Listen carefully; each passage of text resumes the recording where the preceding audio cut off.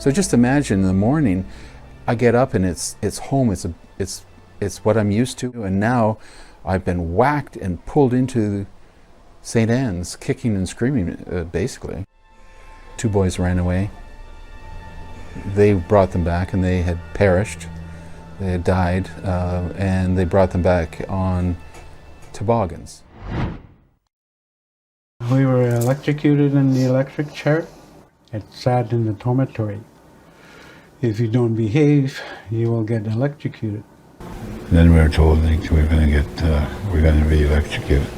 And I said, well, I wonder what that means, what electric shock. And then when the first few boys were given that electric shock, they winced, and I could see them jerk, Was the one pulling my hair, and then was standing beside her, grabbed a spoon and fed me my vomit. I couldn't swallow it at first. Couldn't swallow it. And that night, in front of everybody, they take our clothes off, and he strapped us really hard too. I got an injury from that, and it's an injury that I still carry today. The supervisor called me to the office. I had long hair. Long hair. When I came out from that office, I was bald. The experience with the sexual abuse was really hard to bring out, but I had to tell the details of what happened. And that was really hard on me. That priest started to kiss all over my face. And I was scared. And I cried, sitting in a chair like that.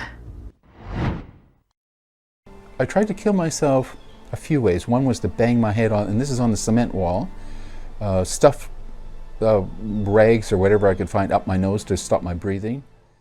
Some people would say you're acting crazy, but I would say craziness is a natural reaction to a crazy situation. Many survivors use alcohol, or Native people use alcohol or substances as a coping mechanism to block your emotions and feelings. The residential school system took away my language, my culture, and my identity. We didn't like our grandparents. We didn't like our extended families because of what had been pounded into our heads that Indians were no good. Grandparents spoke their language perfectly, beautifully, and they were very deliberate in not passing that down to their children and in not passing that down to their grandchildren. They didn't want us to know the language because they were so afraid. We told this story to the police, and all of us thought we were telling it to the government. But they were coming to us as if they didn't know anything about what had transpired before. Obviously, they were playing games. They didn't want to release the documents. Because? It implicates too many people. Implicates people in government. It implicates people in church.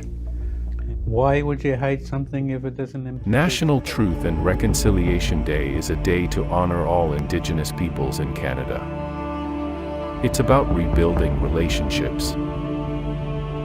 It's about education and learning the truth about our past. It's about meaningful action.